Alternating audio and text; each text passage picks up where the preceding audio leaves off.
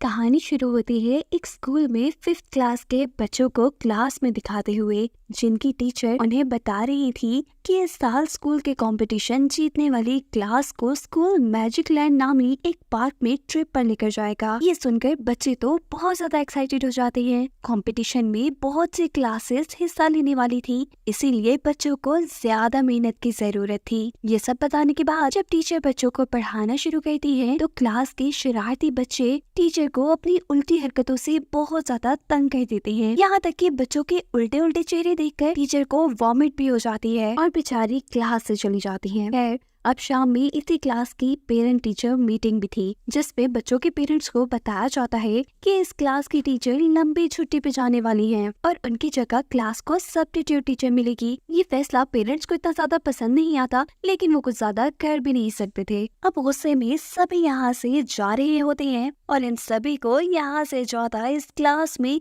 कई साल से रखे हुए पेट्स लियो और टर्टल देख रहे थे। अब इन्हीं दोनों के पास, यानी लियो और टर्टल के पास, दो आदमी आते हैं और एक इन्हीं के बारे में बात करने लग जाता है। वो लियो को देखकर दूसरे आदमी से कहता है कि लिजर्ड्स की उम्र ज्यादा नहीं होती, लगभग 75 साल ही जी पाते हैं ये लोग, और इसे देखकर तो मुझे लग रहा है कि शायद इसकी उम्र पूरी ही होने वाली है। ये सब सुनते ही बेचारा लियो तो बहुत ज्यादा परेशान हो चुका था। वो अपने दोस्त टर्टल को बताता है कि मैं 1949 में पैदा हुआ था, तब से अब तक कितना टाइम हुआ होगा। टर्टल कहता है कि उम्र का अंदाजा लगाने के लिए हमें सारे सालों को जमा करना पड़ेगा, यानी ऐड करना पड़ेगा, और ये सब तो 2nd क्लास में सिखाते हैं और हम तो कितने सालों से 5th क्लास के अंदर ही है। लियो बहुत कोशिश करता है कि वो खुद अपनी उम्र काउंट कर सके, लेकिन जब वो ऐसा नहीं करता तब उसके दिमाग में एक आइडिया आता है। वो अपने केज से बाहर निकल के एक फायर बैल ऑन कर देता है। ऐसा करने से सभी को लगता है कि स्कूल में कहीं आग लग गई। इमरजेंसी की सूरत में सभी क्लासेस में रखे हुए पेट्स को ग्राउंड में लेके आया जाता है, जहाँ पर लियो 2nd क्लास के पेट रैबिट से मिल लेता है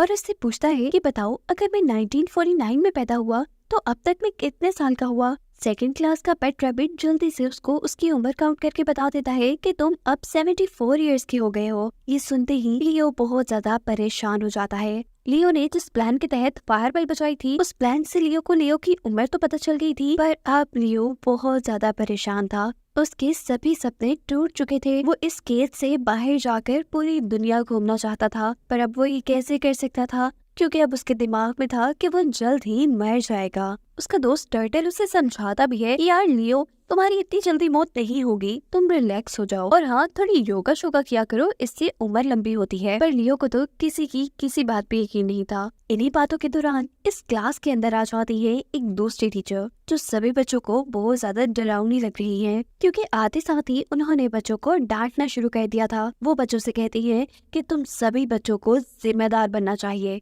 तुम्हें पता होना चाहिए कि रिस्पॉन्सिबिलिटीज कैसे उठाई जाती है। इसीलिए मैं आज एक टास्क लेके आई हूँ। तुम में से कोई एक बच्चा आज किसी एक पेट को अपने घर लेकर जाएगा और उसका ख्याल रखेगा। ये सुनते ही लियो तो बहुत ज्यादा खुश हो जाता है। वो टर्टल से कहता है, देखा ना, शायद मेरे सपने पूरे होने वाले हैं। अगर कोई बच्चा मुझे घर ले गया तो मैं उसके घर से भाग जाऊंगा और फिर जंगलों में जाऊंगा और वहाँ की सैर करूंगा। टर्टल उसे बताता है कि तुम जंगल में नहीं रह सकते, तुम एक पेट हो, जंगली तो तुम्हें मार खाएंगे। यही पेट टीचर अब सभी बच्चों पे गुस्सा करते हुए कहती है, बताओ कौन लेकर जाएगा पेट को घर। जिस पर समर नामी एक लड़की कहती है, मैं लेकर जाऊंगी। समर अपने घर लेकर जाने के लिए लियो को चुनती है और ऐसे लियो का भी प्लान एक स्टेप आगे बढ़ जाता है। लियो अब समर के घर आ चुका था। वो खुला पिंजरा और खुली खिड़की देखकर इस मौके को अपना गोल्डन चांस मानते हुए यहाँ से भागने की ट्राई करता है, लेकिन लियो इतना ज्यादा स्लो था कि रात होने तक तो वो सिर्फ खिड़की तक पहुँच पाया था और समर के अंदर आते ही उसका सारा प्लान भी फेल हो चुका था। वो जो खिड़की के पर्दे पे था, समर की खिड़की को हिलाने की वजह से वो खिड़की के पर्दे से एक साइड टेबल पे जाके गिरता है, जिसे देखकर समर थोड़ा डर जाती है। समर अब बहुत सारी बातें करती है और उसकी बातों के दौरान लियो भी उसके साथ बोल पड़ता है। इसका मतलब कि सबसे अमेजिंग बात ये थी कि लियो इंसानों से बातें कर सकता था। समर एक मरतबा तो लियो को बातें करता देखकर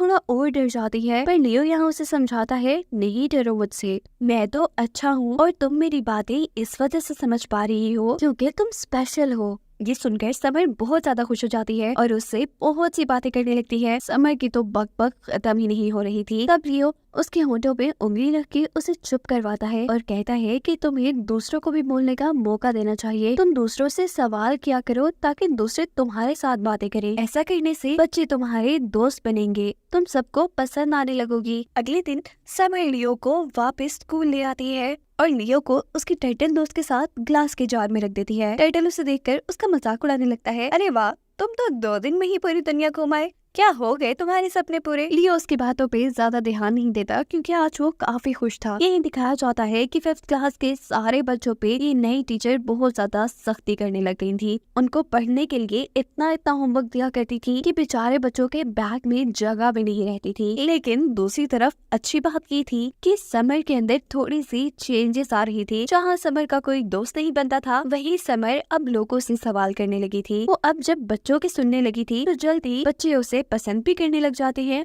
और उसके फ्रेंड भी बनने लग जाते हैं। ऐसा होते देखकर लियो और समर एक दूसरे को आंख मारते हैं, ऐसे जैसे उनका कोई प्लान पूरा हो गया हो। अब अगले दिन दोबारा मिस मेल्किन यानी 5th क्लास की टीचर बच्चों से कहती है कि दोबारा पेट को कोई अपने घर लेके जाएगा। इस मर्तबा भी समर लियो को घर लेके जाने की बात कहती है, पर मिस मेल्किन कहती है नहीं, इस मर्तबा कोई और बच्चा ये काम करेगा। अब जो लड़का लियो को घर लेकर गया था, लियो उसके घर से भी भागने की कोशिश करता है, लेकिन उसके घर की एडवांस टेक्नोलॉजी लियो के सारे प्लान्स को फेल कर देती है। यहाँ तक कि वो एक नई टेक्नोलॉजी वाले मोब के अंदर फंस जाता है। यहाँ तो उसकी बैंड बजने ही वाली थी, पर इस बच्चे का डॉग लियो को उस मोब से बचा लेता है और ऐसा सब करते हुए लियो डॉग का शुक्रिया अदा करता है और ऐसे में बच्चे को ये हकीकत पता चल जाती है कि लियो बोल सकता है। अब ये तो सीक्रेट बात थी। लियो इसीलिए इस बच्चे को भी समर की तरह बेवकूफ बनाने की कोशिश करता है और कहता है कि तुम स्पेशल हो ना, इसी वजह से तो मैं तुम्हारे साथ बोल सकता हूँ और तुम मुझे सुन सकते हो। ये बात सुनकर ये बच्चा भी बहुत ज्यादा खुश होता है और अब लियो और वो बच्चा एक दूसरे से बातें करने लगते हैं।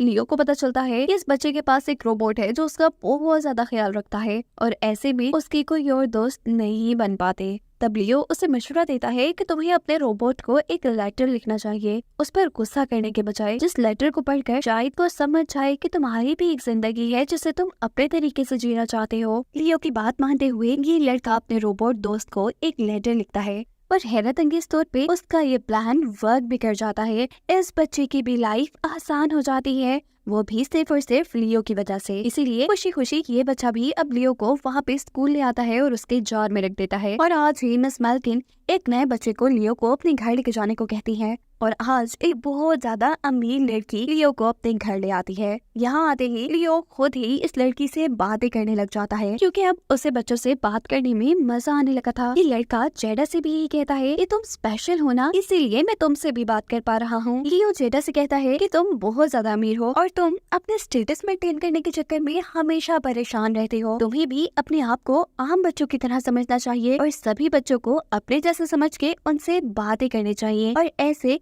तुम्हारे भी दोस्त बनने लगेंगे। ये जेडा नामी बच्ची भी सिर्फ इसीलिए तो परेशान थी कि कभी उसके दोस्त नहीं बन पाते थे क्योंकि कोई उसके जितना अमीर नहीं था। लेकिन अब लियो की बातों के बाद उसने सभी बच्चों को अपना दोस्त मान लिया था, इसीलिए वो सभी बच्चों को अपने बर्थडे पार्टी पे बुलाती है और सभी बच्चों से अच्छे से बात करती है, जिससे सभी बच्चे उसके अच्छे दोस्त बन जाते हैं। जेडा की बर्थडे पार्टी के अंदर लियो देखता है कि काफी सारे जानवर आए हुए थे और ये सभी जानवर कैद में थे, जिन्हें देखकर लियो बहुत ज्यादा परेशान हो जाता है क्योंकि कैद का दुख तो उसे भी पता था, आजादी की कीमत तो वो भी जानता था। इसीलिए अब वो जेडा जिसकी बर्थडे पार्टी है और उसके सभी दोस्तों के साथ मिलकर यहाँ के सभी जानवरों को आजाद करवा देता है और खुद भी वो उन्हीं के साथ यहाँ से भागने ही वाला होता है कि तभी वो देखता है कि सभी बच्चे उसको लेकर काफी परेशान हैं। बच्चों के उदास चेहरे देखकर वो भागने का प्लान कैंसिल करते हुए बच्चों के पास वापस आ जाता है। इस सब के बाद लियो वापस अपने स्कूल में अपने जार के अंदर टर्टल के पास आ जाता है। दिन गुजरते हैं और ये टर्टल फील करता है कि सभी बच्चे लियो का कुछ ज्यादा ही ख्याल रख रहे हैं और इसी वजह से ये टर्टल समझ आता है कि लियो सभी बच्चों से बात करता है। तब लियो टर्टल को सच्चाई बता देता है और कहता है, हाँ मैंने बच्चों से बात की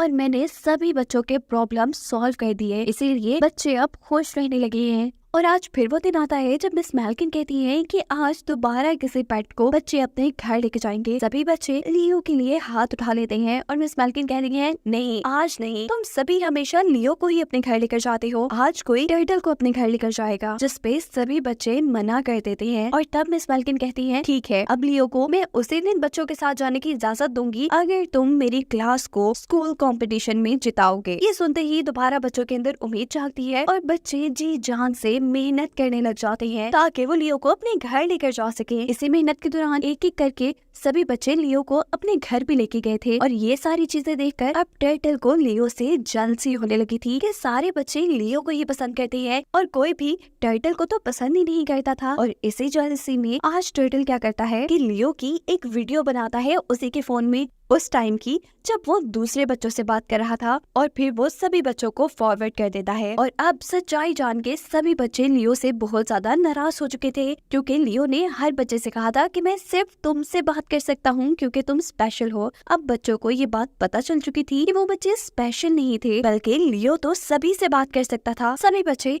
अब लियो को बहुत ज्यादा डांटते हैं इस बात के लिए कि लियो ने उन्हें धोखा दिया। और इस टाइम जब बच्चे लियो से बातें कर रहे थे तो पीछे से मिस मेल्किन भी आ जाती हैं और मिस मेल्किन को भी ये हकीकत पता चल जाती है कि लियो बोल सकता है और इसीलिए आज मिस मेल्किन ही लियो को अपने घर ले आती हैं। यहाँ पर लियो को पता चलता है कि मिस मेल्किन अपनी सब्स्टिट्यूट टीचर होने की वजह से बहुत ज्यादा परेशान रहती हैं। उन्हें कभी भी स्कूल परमानेंट जॉब नहीं देता और यहाँ पर दोबारा लियो अपना जादू चलाना शुरू कर देता है। वो मिस मेल्किन को समझाता है कि अच्छे टीचर वो होते हैं जो बच्चों में जोश पैदा करते हैं, जो बच्चों को कुछ बनाते हैं, चाहे वो सब्स्टिट्यूट हो या फिर परमानेंट टीचर, इस चीज से फर्क नहीं पड़ता। ये सभी बातें सुनकर मिस मेल्किन खुश हो जाती हैं और लियो को अपनी पॉकेट में लेकर स्कूल आ जाती हैं। आज कंपटीशन का दिन था। मिस मेल्किन की क्लास के सारे ही बच्चे बहुत अच्छे से कॉन्फिडेंटली परफॉर्म कर रहे थे, जिनकी परफॉर्मेंस सबको पसंद आ रही थी। और आज मिस मेल्किन की क्लास ये कंपटीशन जीत जाती है। सभी बच्चे इस जीत की वजह से बहुत ज्यादा खुश भी थे और सभी लियो को भी याद कर रहे थे। बच्चों की इस जीत का सारा क्रेडिट मिस मेल्किन को मिलता है, लेकिन असल में इस क्रेडिट का हकदार तो लियो था।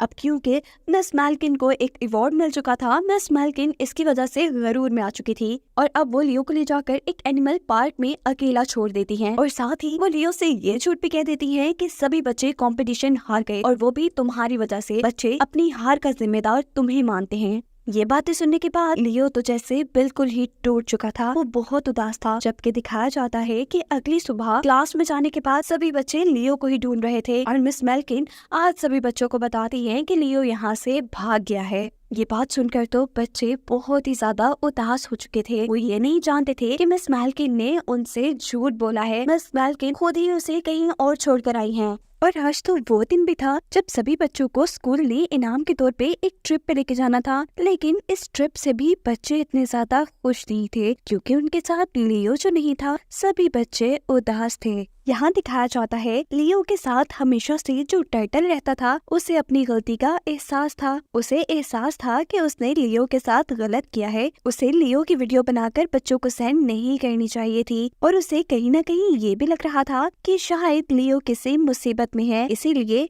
अब वो लियो के ही फोन से एक रोबोट को कांटेक्ट करता है। ये रोबोट उसी बच्चे का था जिसके घर लियो सेकंड टाइम गया था। इस रोबोट की हेल्प से अब ये टर्टल सबसे पहले बच्चों को ढूंढने की कोशिश करता है। जल्द ही ये रोबोट बच्चों की बस को ढूंढकर इस टर्टल को बच्चों के पास ले जाता है और फिर ये टर्टल मिस मेल्किन की सारी सच्चाई बच्चों को बता देता है कि कैसे मिस मेल्किन ने लियो के साथ धोखा किया है। सभी बच्चे अब मिस मेल्किन पे गुस्सा होने लगे थे और मिस मेल्किन भी बच्चों का ये प्यार लियो के लिए देख के थोड़ी नरम हो जाती हैं और इस प्रतिभा बच्चों को डांटने या कंट्रोल करने के बजाय वो सभी बच्चों को लियो का पता बता देती हैं। मिस मेल्किन इसी के साथ बच्चों से माफी भी मांगती हैं उन सभी चीजों की जो उन्होंने गलत किया था। वो अब कहती हैं कि लियो को ढूंढने में मैं ही तुम्हारा साथ दूंगी। अब मिस मेल्किन बस के ड्राइवर से कहती हैं कि वो बस को उधर की तरफ मोड़े जहाँ पे वो लियो को छोड़ कर आई थी, जबकि यहाँ सीन कट होकर हमें लियो को ही दिखाया जा रहा था जो जंगल के अंदर बादशाहों वाला ट्रीटमेंट ले रहा है,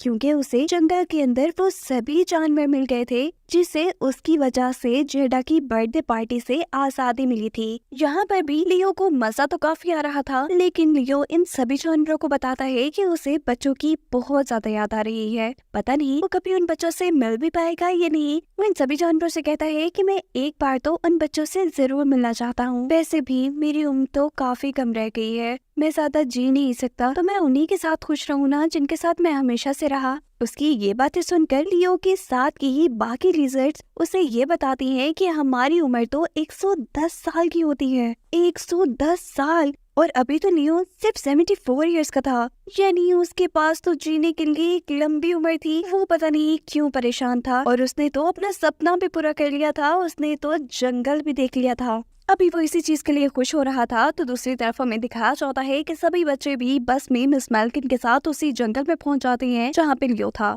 यहाँ सभी बच्चे लियो से मिलके बहुत ज्यादा खुश हुए थे, और लियो भी सब बच्चों से मिलके खुश हुआ था। लियो का जो साथी था टर्टल, वो भी लियो से अपने किए की माफी मांगता है, और अच्छा लियो उसे बहुत आसानी से माफ कर देता है। अब से मिस मेल्किन भी एक बहुत अच्छी टीचर बन चुकी थी, सब बच्चों का वो ख्याल रखती थी और बच्चों को काफी अच्छे से पढ़ाती थी। उनकी 5th क्लास भी खत्म होने वाली थी, और दिखाया जाता है कि 5th क्लास की जो पहली टीचर थी वो अपनी बेबी के साथ आती है, जिन्हें देखकर बच्चे काफी खुश होते हैं। ऐसे ही दिन गुजरते हैं और फाइनली बच्चे 5th क्लास भी पास कर लेते हैं। अब बच्चे हाई स्कूल में जाने वाले थे। बच्चे इसलिए बहुत ज्यादा एक्साइटेड थे। सभी बच्चे लियो से आखिरी बार बातें करने लगते हैं, और लियो की अच्छी बातों के साथ ये कहानी यहाँ खत्म हो जाती है।